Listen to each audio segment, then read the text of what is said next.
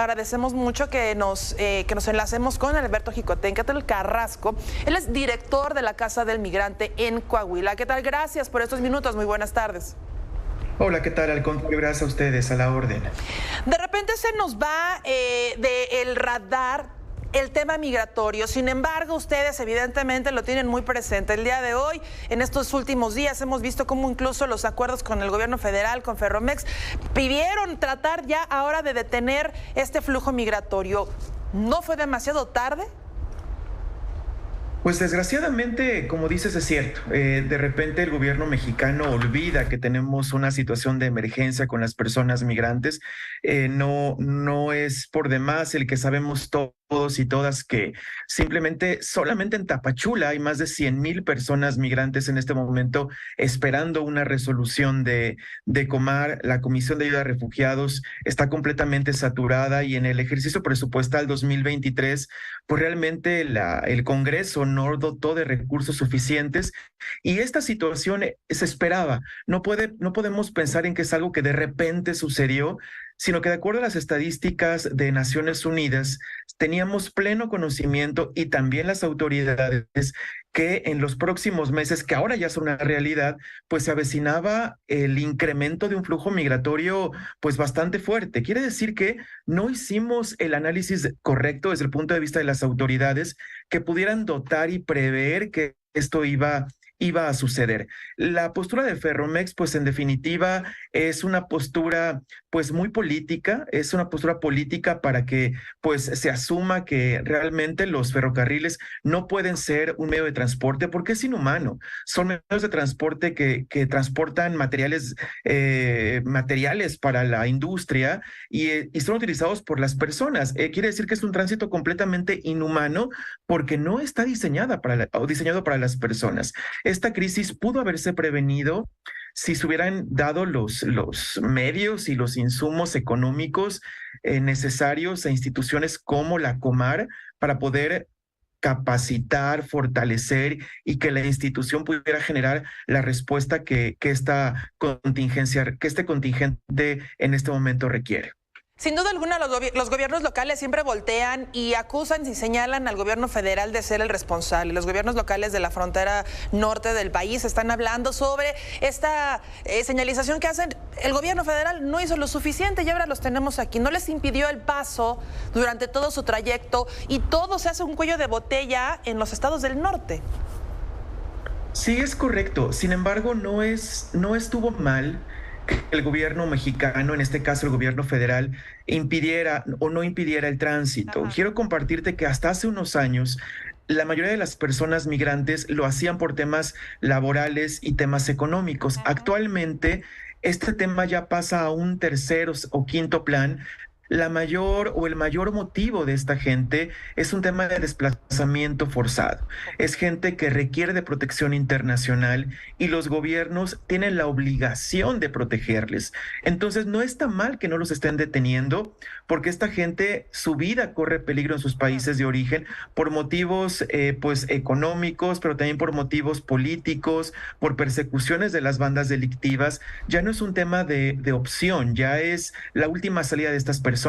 Lo que sí vemos de forma negativa no es que no los detengan. Lo negativo es que asumiendo que no les van a detener y que no puedan detenerles, pues que no se hayan desarrollado políticas públicas de protección y de atención a esta población. Y más aún, que no se tengan diálogos bilaterales con Estados Unidos para asumir que esto es una realidad y que sí o sí se tienen que generar políticas públicas binacionales que puedan darle atención a esta población. Si le dejamos solamente esto a los gobiernos de la frontera, colapsa. Claro. Si lo dejamos solamente a los gobiernos de México, va a colapsar. Esto en definitiva tiene que ser un trabajo bilateral entre los gobiernos locales de Estados Unidos, el gobierno federal norteamericano, pero lo mismo de este lado de la frontera, es decir, con México y sus municipios y sus estados. Pero aquí todos se avientan la responsabilidad, nadie quiere asumir. Estados Unidos dice que es problema de México, el gobierno federal dice que es un tema municipal, el municipio dice que es federal, y así al final nadie quiere hacerse responsable de esta contingencia. Sin duda alguna, cada que hablamos de migración, hablamos de un problema global.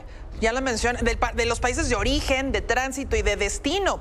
Al final del día, como tú lo mencionas, por algo están saliendo, no de a gratis están arriesgando su vida, la de sus familias, y lo que vemos, muchos niños pequeñitos, bebés, mujeres embarazadas que vemos en todas estas caravanas. Finalmente, preguntarte el tema de la seguridad, tanto para ellos como para las mismas localidades. ¿Cómo es la situación en este momento? Mira, es muy difícil, gracias por hacer esta interesantísima pregunta. Mucha gente que estaba en Chiapas tuvo que abandonar la espera a Tecomar porque los grupos delictivos han avanzado y se siguen apoderando de los espacios territoriales mexicanos. Y la gente que huye de la violencia y se enfrenta a nueva violencia ahora en México dice, bueno, ¿para qué me quedo en este país? Mejor me voy a otro que me pueda generar mejores condiciones de seguridad. En el tránsito, pues las bandas delictivas de traficantes de personas en este momento, como decimos, están haciendo su agosto en mero septiembre porque les están engañando, les venden falsas promesas de cruzarlos y pues desgraciadamente su seguridad también en temas de delincuencia, en este caso de traficantes de personas, pues también se ve muy comprometida. Pero no hablamos solamente de una seguridad de grupos delictivos, también hay que hablar y respondiendo a tu pregunta, de una seguridad también personal. Las personas están llegando a la frontera deshidratadas, con enfermedades infecciosas, tanto en sistema respiratorio como gastrointestinal.